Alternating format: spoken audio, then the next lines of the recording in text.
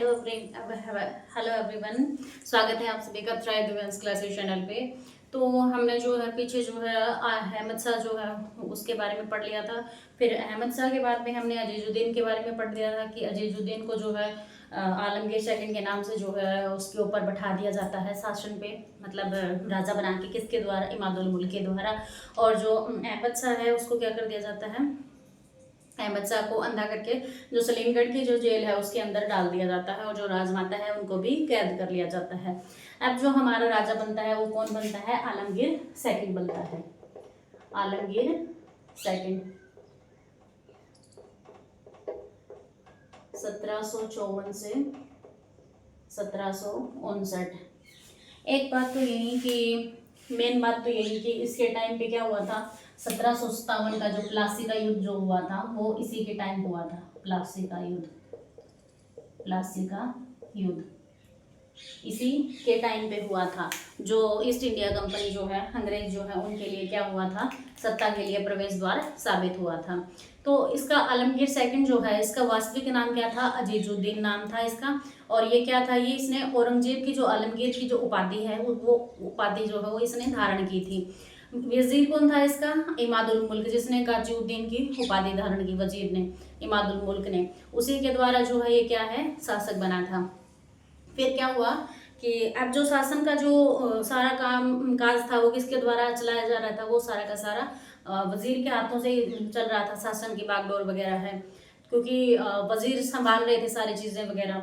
तो क्या हुआ कि इसके टाइम पे 1756 और 57 में, 1756 और 57 में क्या हुआ, जो अहमद शाह अब्दाली है उसका आक्रमण हुआ। फिर 1759 में जो है दोबारा से आक्रमण होता है अहमद शाह अब्दाली का।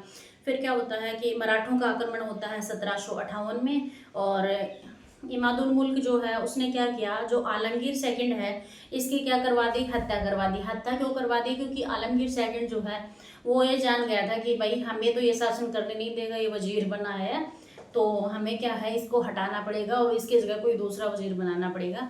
तो ये चीज़ मतलब वो षड्यंत्र रच रहा था ये आलमगीर सेकंड इमादुल मुल्क के खिलाफ। तो इमादुल मुल्क को इस बारे में पता चल गया। तो इस बारे में पता चलने से क्या हुआ, उसने इसी की हत्या करवा दी, आलमगीर की ही हत्या करवा दी। और हत्या करवाने के बाद में क्या हुआ, जो इसका जो कामबख्श था, याद होगा आपको, कामबख्श औरंगजेब का जो 5 पुत्र थे उनमें से एक औरंगजेब का पुत्र था कामबख्श। कामबख्श का पुत्र होता है मोही उल मिल्लत। मोही उस सुन्नत बेटा था और उसी का बेटा मोही उल मिल्लत यानी कामबख्श का पुत्र, वो क्या है, उसको जो है इमादुल मुल्क द्वारा जो है वो राजा बनाया जाता है शाहजहां द्वितीय के नाम से दिल्ली में। लेकिन क्या होता है, आलमगीर सेकंड जो है, आलमगीर सेकंड का पुत्र होता है अली गौहर। अली गौहर पटना में होता है और वो स्वयं को क्या करता है, बादशाह घोषित करता है। और किसकी उपाधि धारण करता है, शाह आलम सेकंड की। ठीक है, शाह आलम सेकंड के नाम से जो वो उपाधि धारण करता है। अब क्या हो गया, दो शासक हो गए, एक तो दिल्ली में एक पटना में हो गया। लेकिन क्या है कि जो दिल्ली वाला है उसको माना नहीं जाता और जो पटना वाला है उसको जो है शासक माना जाता है। तो अली गौहर जो है क्या हुआ, वो 12 साल तक जो है दिल्ली में प्रवेश नहीं कर सका, क्योंकि जो अहमद शाह अब्दाली वो बार बार आक्रमण करता रहा, यानी उसकी अराजकता के कारण जो वो दिल्ली में प्रवेश नहीं कर सका। तो वो प्रवेश कब करता है, 1772 में जो वो दिल्ली में प्रवेश करता है। तो अली गौहर यानी शाह आलम सेकंड की अगर हम बात करें तो इसके बाद में कौन बनता है, इसके बाद में जो वजीर है उसके द्वारा तो बनाया जाता है मोही उल मिल्लत यानी शाहजहां तृतीय के नाम से, शाहजहां तृतीय के नाम से ये दिल्ली में बनता है, दिल्ली में। बट इसको माना नहीं जाता और पटना में बनता है कौन, अली गौहर। अली गौहर किसके नाम से, शाह आलम सेकंड के नाम से, शाह आलम सेकंड, शाह आलम सेकंड के नाम से बनता है पटना में। तो इसको जो है राजा माना जाता है। और ये दिल्ली में प्रवेश कब करता है, 1772 में प्रवेश करता है दिल्ली में प्रवेश। और इसका शासन की अगर हम बात करें तो 1700 59, ये 59 में खत्म होता है ना इसका, तो 59 से लेके इसका जो है 1806 तक जो है इसका शासन माना जाता है, 1806 तक। ठीक है, 1806 तक इसका शासन माना जाता है। 1772 में ये दिल्ली में प्रवेश करता है। 12 वर्षों तक ये दिल्ली में प्रवेश नहीं कर पाता। फिर क्या होता है, जो पानीपत का तृतीय युद्ध होता है वो भी इसी के समय होता है, शाह आलम सेकंड के। पानीपत का तृतीय युद्ध कब होता है? 1761 में। 1761 में जो है पानीपत का तृतीय युद्ध होता है। और 1764 का जो बक्सर का युद्ध होता है, इसके टाइम पे क्या होता है, एक तो पानीपत का युद्ध, पानीपत का तृतीय युद्ध, और एक क्या होता है, बक्सर युद्ध, बक्सर का युद्ध, जो कब होता है 1764 में, ये कब होता है 1761 में। इसी के टाइम पे होते हैं दोनों के दोनों। और अंग्रेजों ने क्या कर दिया, फिर दिल्ली पर कब्जा कर लिया था। 1765 में अंग्रेजों ने जब बक्सर का युद्ध किया था, तो 1765 में अंग्रेजों ने इलाहाबाद की संधि की, इलाहाबाद की संधि, इलाहाबाद की संधि 1765 में। और इलाहाबाद की संधि करने के बाद में क्या कर लिया इन्होंने, अंग्रेजों ने दिल्ली के ऊपर कब्जा कर लिया। और इसी दौरान जो है ये जो शासक है, ये कैसा शासक हुआ, ऐसा प्रथम शासक हुआ जिसने क्या कर ली, अंग्रेजों की पेंशन स्वीकार कर ली। ऐसा ये प्रथम शासक था जिसने अंग्रेजों की पेंशन स्वीकार कर ली। कब की पेंशन स्वीकार? 1803 में पेंशन स्वीकार की, 1803 में। 1803 में जो है इसने अंग्रेजों की पेंशन स्वीकार कर ली। ऐसा ये प्रथम राजा हुआ जिसने अंग्रेजों की पेंशन स्वीकार कर ली। और बंगाल, बिहार, उड़ीसा जो प्रांत थे, बंगाल, बिहार, उड़ीसा जो प्रांत थे, वो तीनों के तीनों किनको दे दिए, अंग्रेजों को दे दिए। फिर क्या होता है कि जो लॉर्ड वेलेस्ली और शाह आलम सेकंड, जो शाह आलम सेकंड है इसके बीच में और अंग्रेज लॉर्ड वेलेस्ली, इनके बीच में एक संधि होती है। और उसी संधि के जरिए जो पेपर मुद्रा है उसकी शुरुआत की जाती है। और पेपर मुद्रा की शुरुआत करके दोनों के हस्ताक्षरों जो है दोनों के हस्ताक्षर, इसमें शाह आलम सेकंड के भी हस्ताक्षर और लॉर्ड वेलेस्ली के भी हस्ताक्षर द्वारा जो है ये पेपर मुद्रा जो है वो शुरू की जाती है। ठीक है, तो अब यहाँ से क्या होगी, पेपर मुद्रा की शुरुआत हो गई है। और ये जो मुद्रा जो जारी की थी, ये मुद्रा जारी जो की थी, पेपर मुद्रा, वो कब जारी की थी, वो 1806 में जारी की थी। किसने की थी? वो bank of Bengal, bank of Bengal, bank of Bengal, bank of Bengal द्वारा जो है ये पेपर मुद्रा जारी की गई 1806 के अंदर। एक चीज और होती है भाई इसी के टाइम पे कि शाह आलम सेकंड जो है उसको 1788 का टाइम होता है, आई थिंक 1788 का टाइम होता है। और 1788 में एक गुलाम कादिर नाम का एक बंदा होता है, वो क्या करता है, शाह आलम सेकंड को क्या करता है, अंधा करा के जेल में डाल देता है। तो उस टाइम पे क्या होता है कि शाह आलम सेकंड जो है मराठों की सहायता लेता है, और मराठों की सहायता से बाहर निकल के आके और गुलाम कादिर को क्या करता है, गुलाम कादिर को फांसी की सजा, मतलब फांसी देता है, उसको फांसी की सजा सुना के फांसी देता है। ठीक है, और फिर 1806 में जो है इसकी क्या हो जाती है, मृत्यु हो जाती है शाह आलम सेकंड की। इसकी मृत्यु के बाद में इसका बेटा होता है अकबर शाह सेकंड, वो बनता है राजा। ठीक है, जो अंग्रेजों की संरक्षण में बनने वाला पहला राजा होता है, कौन? अकबर शाह द्वितीय, अकबर शाह द्वितीय, जो अंग्रेजों के संरक्षण में बनने वाला प्रथम राजा होता है। ठीक है, मुगल शासक है। 1835 के आते आते क्या हो गई, जो मुगल टकसालें थी वो बंद हो गई थी। मुगल टकसालें समझते हो, जो मतलब इनके जो सिक्के ढालने की जगह होती थी, जिनको मतलब जो इनकी मुद्रा, मतलब पहले सिक्के होते थे जो चलते थे इनके, वो सिक्के ढालने की जो जगह होती थी वो इनकी मतलब बंद हो चुकी थी, क्योंकि अब पेपर मुद्रा की शुरुआत हो चुकी थी, तो सिक्कों का कोई काम नहीं रह गया था। इस वजह से जो इनके जो सिक्के वगैरह हैं वो चलने बंद हो गए अब, तो इनकी जो टकसालें हैं वो भी बंद हो गई थी और अंग्रेजी सिक्के जो है उनका प्रयोग होने लगा था। जब इनकी पेंशन बंद हुई तो इन्होंने जो है लंदन जो राजा राम मोहन राय हैं उनको भेजा। तो पहले उनको राम मोहन राय के नाम से बोला जाता है, तो उन्होंने जाके जो है इनकी पेंशन दिलवाई वापस से, और इनको जो है तो इन्होंने क्या किया, अकबर शाह द्वितीय ने राम मोहन राय को क्या दी, राजा की उपाधि दी। तभी उनके नाम के आगे राजा राम मोहन राय लगता है। तो जो राजा की उपाधि दी थी वो अकबर शाह द्वितीय के द्वारा ही दी गई थी। फिर आता है उसके बाद में 1837 में इसकी क्या हो जाती है, डेथ हो जाती है। तो इसका शासन कितने दिनों का है, इसका शासन है 1806 में उसकी डेथ होती है। तो 1806 से 1837 तक। फिर आता है हमारा बहादुर शाह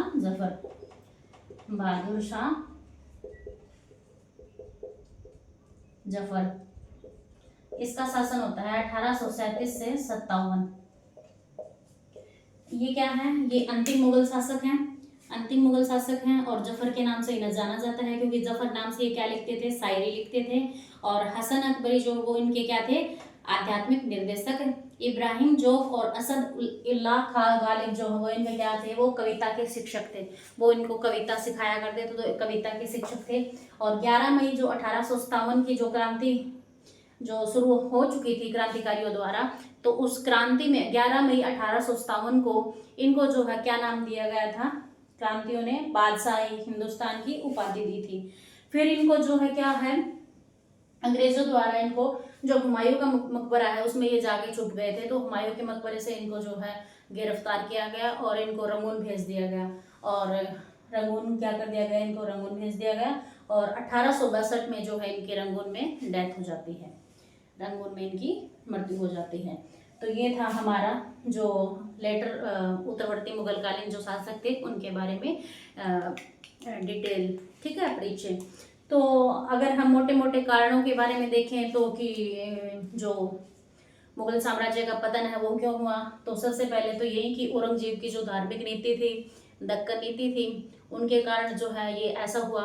उनके कारण जो है कि उन्होंने धार्मिक नीति ऐसी अपनाई कि जो हिंदू थे उनके प्रति उन्होंने टैक्स वगैरह लगाए, जैसे जजिया कर, तीर्थ कर वगैरह। तो वो और एक दक्कन नीति ये कि वो जाके दक्कन पे भी अपना मतलब सर्वश्रेष्ठ जमाना चाह रहा था। तो इस वजह से जो उत्तर भारत है वो कमज़ोर पड़ गया और ये दक्कन में ही ज़्यादा टाइम तक इन्होंने ज़्यादा टाइम बिताया। तो उधर कमज़ोर पड़ने से एक मतलब इतना बड़ा साम्राज्य हो गया। तो इस वजह से भी फिर क्या हुआ कि इनके जो उत्तराधिकारी थे वो इतने कमज़ोर उत्तराधिकारी हुए कि मतलब वजीरों के द्वारा शासन करना पड़ा। उनके मतलब खुद से जो है शासन नहीं हो सका। कुलीनों के द्वारा, अमीरों का प्रभाव, ठीक है, गुटों दलों के मध्य संघर्ष होना शुरू हो गया। मतलब जो मुगल थे उनके अंदर जो है 4 ग्रुप थे। एक तो ईरानी, तुरानी, अफगानी और एक खुद जो भारतीय मुसलमान है, ये 4 ग्रुप थे। तो इन चारों ग्रुपों के मध्य क्या हो गया, संघर्ष हो गया कि भाई हाँ नहीं, हमारा जो गुट है वो सर्वश्रेष्ठ होगा। वो मतलब अपने के बीच में, मतलब अपनों के बीच में ही लड़ाई स्टार्ट हो गई थी इनके बीच में। और इनका जो कर आधार था वो कमज़ोर हो गया। वो कमज़ोर कैसे हो गया, जैसे विदेशी आक्रमण हुए नादिर शाह का, अहमद शाह अब्दाली का। तो इनके कारण जो इनका कर आधार था वो और भी कमज़ोर हो गया। और इनकी जो अप्रभावी सेना है, सैन्य दुर्बलता, मतलब सेना को अच्छे तरीके से प्रशिक्षण न देना, मतलब अयोग्य सेना, उनके कारण भी क्षेत्रीय आकांक्षाओं का उदय, मतलब अलग अलग जो प्रांत थे उनका उदय होना, जैसे स्वतंत्र राज्य, जैसे राजपूत, ये विद्रोही राज्य हैं, राजपूत, जाट, सिख, ये सब विद्रोही हैं। और कुछ प्रांतीय राज्य जैसे बंगाल, अवध, हैदराबाद, ठीक है। जागीरदारी संकट का उत्पन्न होना। कुछ भारत में अन्य यूरोपीय शक्तियों का आगमन। मुगल जो साम्राज्य के बचने की जो संभावना थी वो क्या हुआ, वो अंतिम कील साबित हुआ।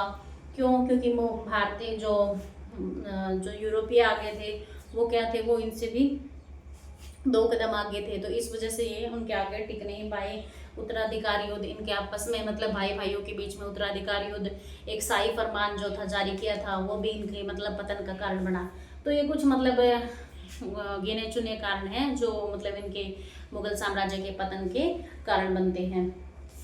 नेक्स्ट अगर हम बात करें तो विदेशी आक्रमण में हमने पढ़ा था, एक तो नादिर शाह, नादिर शाह का आक्रमण और एक हमने अहमद शाह अब्दाली का आक्रमण पढ़ा था। तो नादिर शाह का आक्रमण की अगर हम बात करें तो नादिर शाह जो था वो क्या था, वो फारस का शासक था और 1736 में वो ईरान का शासक बनता है और इसे ईरान का नेपोलियन भी कहा जाता है। कब बनता है वो? 1736 में बनता है।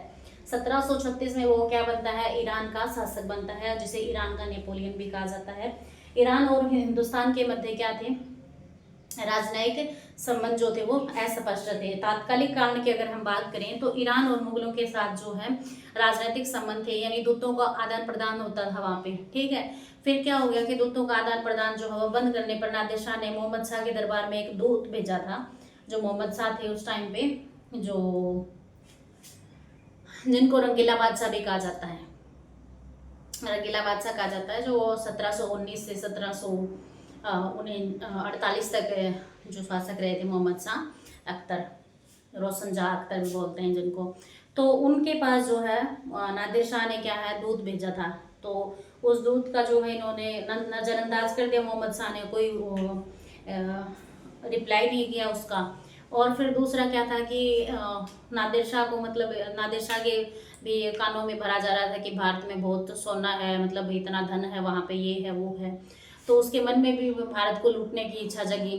तो लूटने की इच्छा से वो जो है भारत आया। कुछ मुगल दरबारियों ने मोहम्मद शाह के साथ क्या किया, विश्वासघात करके नादिर शाह को क्या कर दिया, आक्रमण के लिए आमंत्रित कर दिया। आक्रमण के लिए आमंत्रित कैसे कि जैसे वो 1745 में पंजाब में जो जकारिया खां था उसकी मृत्यु होने के बाद में उनके बेटे याया खां और जो शाहनवाज खां था, उन बेटों के बीच में आपस में क्या हुआ, युद्ध हुआ। और जो शाहनवाज का जो छोटा बेटा है वो युद्ध जीत जाता है और खुद को क्या करता है, पंजाब का सूबेदार घोषित कर लेता है। लेकिन दिल्ली का जो कमरुद्दीन है वो उसको वजीर, मतलब सब सूबेदार मानने से मना कर देता है और वो क्या है, वो आक्रमण के लिए उसको निमंत्रण दे देता है। इस वजह से भी ये क्या है कि मतलब ये भी कमजोरी ही थी हमारी, मतलब भारत की। 1738 में गजनी काबुल को जीतता है। जो नादिर शाह है वो क्या करता है, सबसे पहले तो 38 में क्या करता है, जो गजनी है, गजनी था, फिर काबुल आता है, गजनी को जीतता है, फिर काबुल को जीतता है। फिर उसके बाद 1739 में पंजाब आ गया, पंजाब में लाहौर, उसको जीतता है। और फिर 28 फरवरी 1739 को क्या होता है, मोहम्मद शाह और नादिर शाह के बीच में क्या होता है, युद्ध होता है। और ये युद्ध जो है वो कहाँ पे होता है, वो हरियाणा के करनाल जगह है, वहाँ पे जो है ये युद्ध होता है। और इसमें क्या होता है, इसमें ये जो युद्ध है वो लगभग 3 घंटे में बिल्कुल समाप्त हो जाता है। इसमें मोहम्मद शाह जो वो अपने घुटने टेक देते हैं और 50 लाख रुपए हर्जाने देने के रूप में स्वीकार करते हैं मोहम्मद शाह। तो सादत खां जो अवध का नवाब होता है वो क्या करते हैं, वो मीर बख्शी बनना चाहते थे और मीर बख्शी बनने की चाह में उसने जो नादिर शाह है, नादिर शाह को दिल्ली आने का क्या कर दिया, एक तरीके से आमंत्रण दे दिया कि आप यहाँ पे ही मान गए, मतलब आप दिल्ली आओ, दिल्ली इतना सारा धन है, इतने से क्या होगा, आप आके तो देखो, मतलब इतना सारा सब कुछ वो है। तो उसने मतलब एक तरीके से नादिर शाह को उकसाया।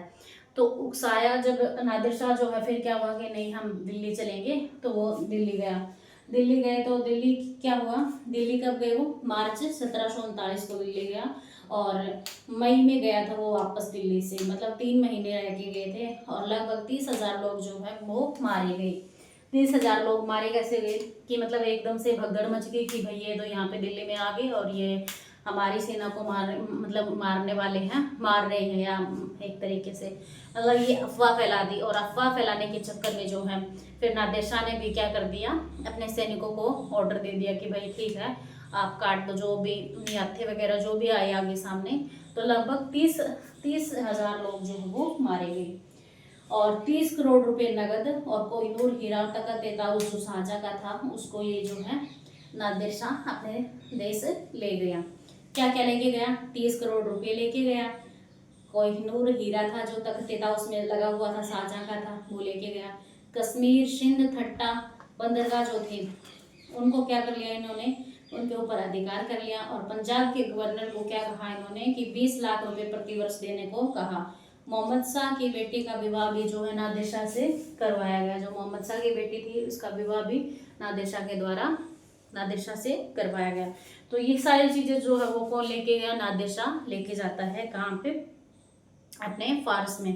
ठीक है, फिर आता है अहमद शाह अब्दाली। अहमद शाह अब्दाली 1747, नादिर शाह का उत्तराधिकारी यानी सेनापति था ये नादिर शाह के। भारत का धन अर्जित करना चाहता था और पंजाब के सूबेदार ने आक्रमण के लिए आमंत्रित कर दिया था। 1748 में पहला आक्रमण पंजाब पर ही करता है, जो शानवाज खां था उसके ऊपर ही, अब्दाली से विश्वासघात करने के कारण में। फिर जनवरी 1748 में शानवाज खां जो वो पराजित हो जाता है और दिल्ली को जाते समय सरहिंद में वजीर कमरुद्दीन से युद्ध करता है, जिसमें वजीर कमरुद्दीन जो है वो मारे जाते हैं और उनका वजीर कमरुद्दीन का बेटा होता है मोइन उल मुल्क, उन्होंने अब्दाली को हरा दिया। तो अब्दाली जो वो वापस जा रहा था, तो वापस जाते समय पंजाबियों ने क्या कर दिया, जो अब्दाली था उसको लूट लिया पंजाबियों ने। तो एक तरीके से यहाँ से मतलब हार ही हुई, मतलब पहले तो जीता लेकिन बाद में वो क्या है उसको लूट लिया, तो वो क्या हो गया, हार ही हुई एक तरीके से। फिर 1749 में वो क्या करता है, दूसरा आक्रमण करता है।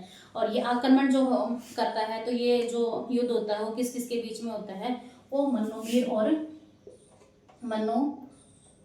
मीर और अब्दाली के बीच में होता है। मन्नू मीर वर्सेस अब्दाली, इन दोनों के बीच में जो है युद्ध होता है और मन्नू मीर जो है इसमें हार जाता है और अब्दाली जो है इसमें जीत जाता है।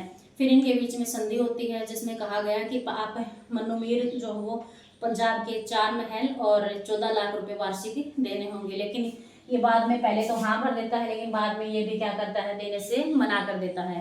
तो देने से मना कर देता है, तो फिर ये जो आक्रमण किया था ये 1749 में किया था, तो उसके बाद में पहले ये हाँ कर देता है, फिर 1752 में जो है ये फिर आक्रमण करता है। तो जब दोबारा आक्रमण करता है तो क्या होता है कि सिंध और पंजाब जो वो दोबारा से जीत लेता है। कौन जीत लेता है, जो अब्दाली था वो जीत लेता है। और मन्नू मीर को अब की बार जो है वो हार गया था मन्नू मीर, और उसको जो सूबेदार नियुक्त किया जाता है पंजाब और सिंध का, किसकी तरफ से, अफगान की तरफ से, कि भैया अब आप दिल्ली की तरफ से नहीं, अब आप अफगान की तरफ से सूबेदार रहोगे पंजाब और सिंध की। ठीक है, फिर क्या होता है कि 1753 में जो मन्नू मीर है, ये जो मन्नू मीर अब किसकी तरफ से शासन बन गया था, ये बन गया था अफगान की तरफ से। तो अब मन्नू मीर जो है, मन्नू मीर की 1753 में है, इसकी डेथ हो जाती है। तो इसकी डेथ होने के बाद में इसकी बेगम होती है मुगलानी बेगम, वो सूबेदार बन जाती है अफगान की तरफ से। तो आलमगीर जो सेकंड था, उसके वजीर जो इमादुल मुल्क था, उसने क्या किया, उस मुगलानी बेगम को जेल में कैद करवा के अदोना बेग जो था उसको वहाँ का पंजाब का सूबेदार यानी गवर्नर बना दिया। फिर क्या होता है कि 1756 में पंजाब के ऊपर चौथा आक्रमण करता है 52 में, फिर उसके बाद में 1756 में आक्रमण करता है अब्दाली। 1756 में जब आक्रमण करता है अब्दाली, तो और जो पुत्र तैमूर शाह जो पंजाब का सूबेदार होता है वो बनाया जाता है। फिर 1757 में ही दिल्ली पर चढ़ाई कर देता है वापस, और वापस जाते समय जो है इसका जो युद्ध होता है वो अब्दाली वर्सेस किसके साथ में होता है, बाबा दीप सिंह, सिख जो बाबा होते हैं उनके साथ में युद्ध होता है।